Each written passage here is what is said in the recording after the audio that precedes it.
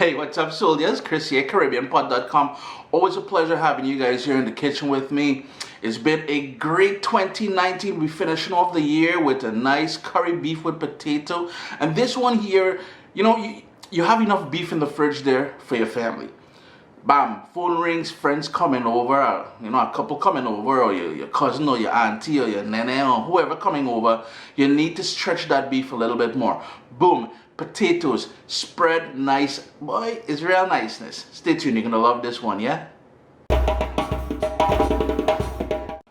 And as we usually do with any sort of the meat dishes we make in the Caribbean, we start off by seasoning the meat first. And here I have about 2.5 to 3 pounds of beef cut up in just over 1.5 inches, between 1 inch and 1.5 inches or so pieces. And the beauty about this recipe is that that's a lot of salt, I know you're saying, but we're adding potato in here later on in the cooking process, just for us to be able to stretch this dish for more people. So that beef is going to shrink, so if you think it's too big, it will shrink as we cook it. Salt, black pepper, give it a nice dose of black pepper. And what I like doing, since this is boneless beef, now if you have beef with bones in there, you get a lot more flavor. Since this is very lean, I like going in with about a tablespoon or so of olive oil. And that adds back some fat to the whole mix, right? Then we need some tomato in there, and the tomato is going to bring an acidity. And you're thinking curry, tomatoes, it's not something you see typically done in the Caribbean when it comes to curry. However, in India, that's a norm, right? And then we're going to go in with a nice big heaping, well, that's more like 2 tablespoons of that Caribbean green seasoning. And I store mine, I make mine with olive oil, by the way, which retains the color and all the flavors and everything. But green seasoning is just basically a blend of garlic and all the herbs we like using. Some peppers in there. Some people may put onions. I don't like putting onions in there, but the recipe can be found on CaribbeanPod.com and as well as here on YouTube and Facebook on my channels. All I need here now is a little bit of kick, so let's get some fire going in there. And as you all know, I usually do a lot of my own gardening during the summer months, at the middle of winter. So I have here this is not a habanero, this is scotch bonnet pepper that's in my freezer. That's my freezer talking to me there.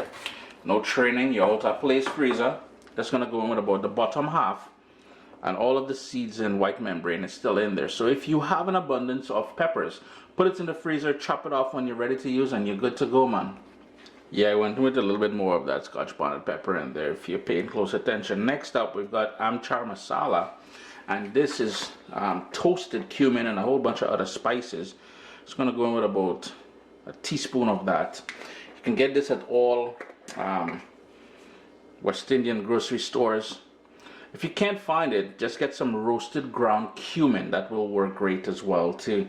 So all we're going to do now is give that a good mixy mix, and if you're cooking this tomorrow, that would be great, because now what you can do is just mix it up, put it into a bowl, put it into the fridge, and let it marinate. In our case here, I'm not hungry. I'm not going to mix this up, and the time it takes me to peel the potato, that's all the marinating it's going to get. I've got a nice heavy cast iron pot here. You can use whatever. If you have a Dutchie, if you have a stainless steel pan, but you really do need something a bit heavy. You get better results with it. And I have here about 2 tablespoons of olive oil. If you want to use vegetable oil, you rock it. It was on medium heat. I'm going to turn it down because I know the cast iron is going to retain quite a bit of that heat. And we're going to go in with 1 diced onion, and that is a small onion, all diced up. And I turn my heat down because I don't want to burn this, but I want to sweat it down. And I've got here some garlic, which I'm just smashing with the back of my knife here.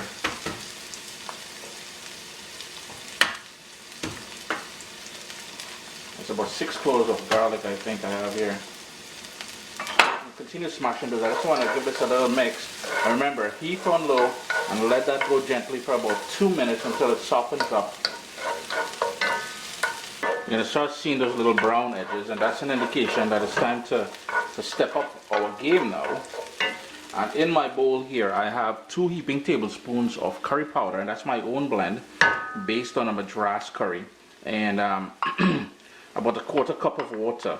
And this is the way my mom would typically cook curry. If you've been following me for a while, you know this is not the way I typically do curry, but it works. If mommy does it, it works. I cranked up my heat to medium now. And we're going to cook off all of that, because the whole idea here is to cook off the rawness of the curry, or at the end when you're eating it. And you've had bad curry before. I know you had bad curry before. That is because they didn't cook out the rawness of the curry. So we're just going to stir that around. It's going to toast, sort of a wet toast. It's going to cook out that rawness, as I said. And all the flavors, all the spices of that curry is going to bloom now. And it's pure niceness in this pot.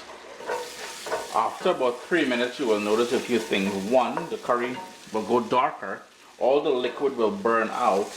And 3, it will start to clump together. The bonus 4, and that is the most important bonus, your entire kitchen will have the lovely aroma of a wicked curry happening.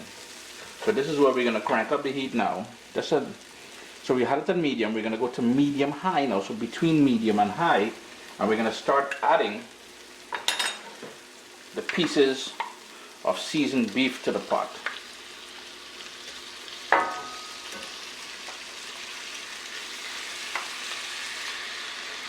And as we add it, we want to stir it around to pick up, or sort of deglaze the bottom of the pot and pick up all that curry niceness on the bottom there.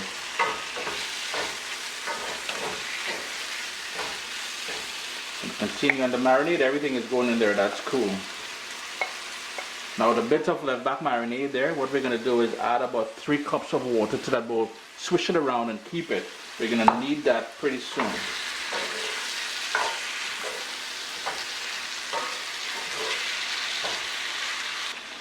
After about 3 minutes, you'll notice it came up to a boil. So what we're going to do is turn the heat all the way down to low as it can go. Give it one more quick stir, and then you're going to place the lid on it. It's been going covered now for about 25 minutes. You can see all that juice, that natural juices that it sprouted up there. The beef is taking on a nice color. So what I'm going to do is put my heat up to medium now, because we want to burn off all that liquid and then fuse the curry into the beef to create a much deeper depth of flavor. Yes, it's curry, I know, but I think there's depth of flavor and all kind of thing like that. But crank up that heat. As it burns off, peel your potatoes. You need about 6 medium-sized potatoes. And after about 5 minutes or so, most of that liquid is gone, and you're going to start seeing the oil that we started off with. And that is exactly where we need it to be at this point. So here's where we're going to add those peeled potatoes to the mix now. Just scrape the bottom just a little bit. Alright, potato is cut into quarters and halves, depending on how big the actual potato was. We're going to stir that around just to get it coated in all that curry niceness there.